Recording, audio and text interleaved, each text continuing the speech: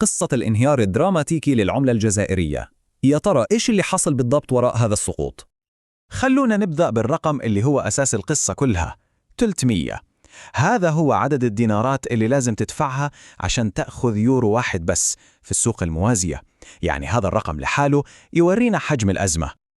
طيب، إيش معنى هذا الرقم على أرض الواقع وفي الحياة اليومية؟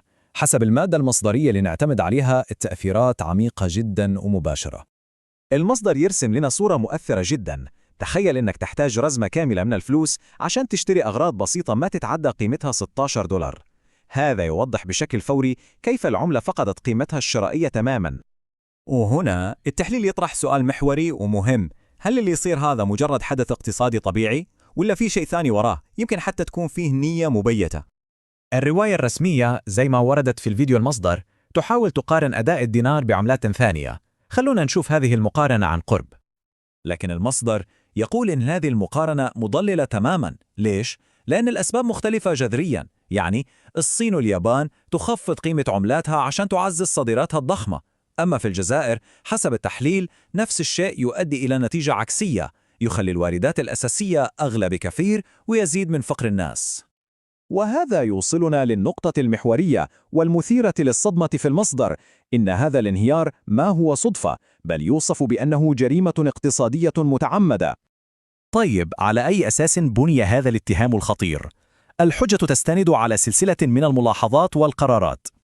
التحليل يبدأ من النظام المالي الرسمي اللي يوصف بأنه شبه مشلول بالنسبة للمواطن العادي والتاجر، فالبنوك حسب ما ورد صارت مثل الخزانات المقفلة، والاقتصاد الحقيقي كله ماشي في مكان ثاني تماما.